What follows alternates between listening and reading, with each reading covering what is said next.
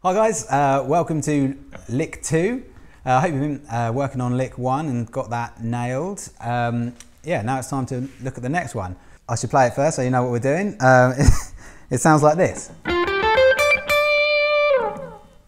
I'll play that one more time. Sounds like that. So what we're actually doing here is, the song is in F, or the solo is in F. So we're using F major pentatonic, the shape 1, the classic shape that everyone knows. But we're just running up there from the 10th fret on the G string. And if I go through it fret by fret again, we're starting on the 10th fret on the G, 12th fret on the G, 10th on the B, 13th on the B,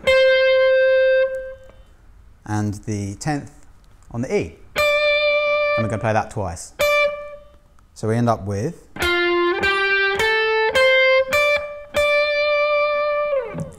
Now, the really tricky part of this is it's all alternate picked.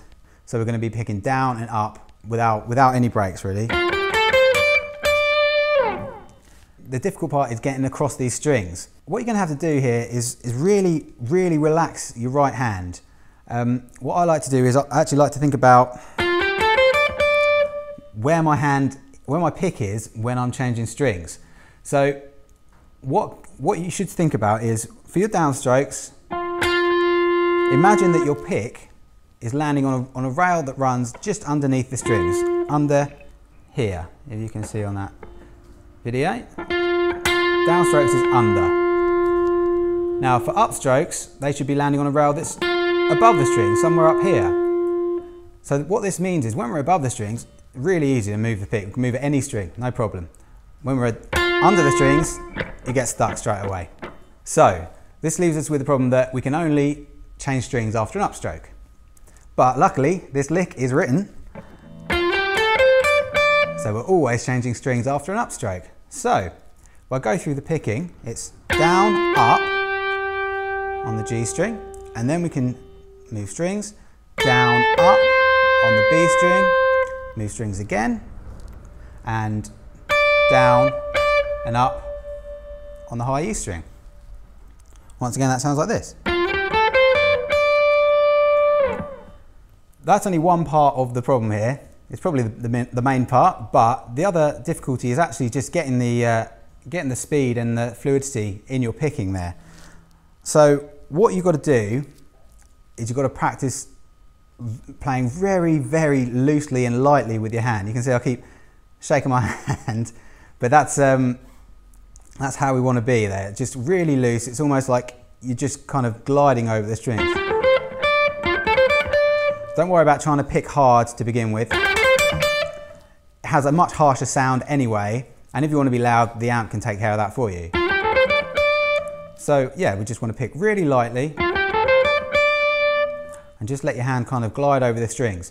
You'll probably find when you first start doing this, it might sound a bit sloppy because the relaxed feel that you've got in your hand, you might end up with... But that's actually fine to begin with. You've got to really get used to the feel of it being completely relaxed like that. And then as you get more used to it, you can build in that control, making the motions much smaller. Like that. So really have a go at that. It's always good to practice with a metronome slowly as well. So that's what we're going to do now. I'll get the drum machine on. I've got it set to 90 BPM here, and we're just going to go through the lick. So we'll go again. And again. Last time.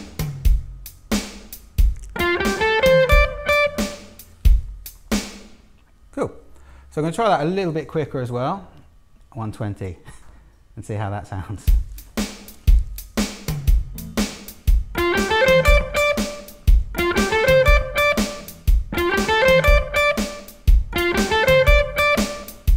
So for practicing this, I would definitely recommend get your metronome or get your drum machine on and just loop it like this.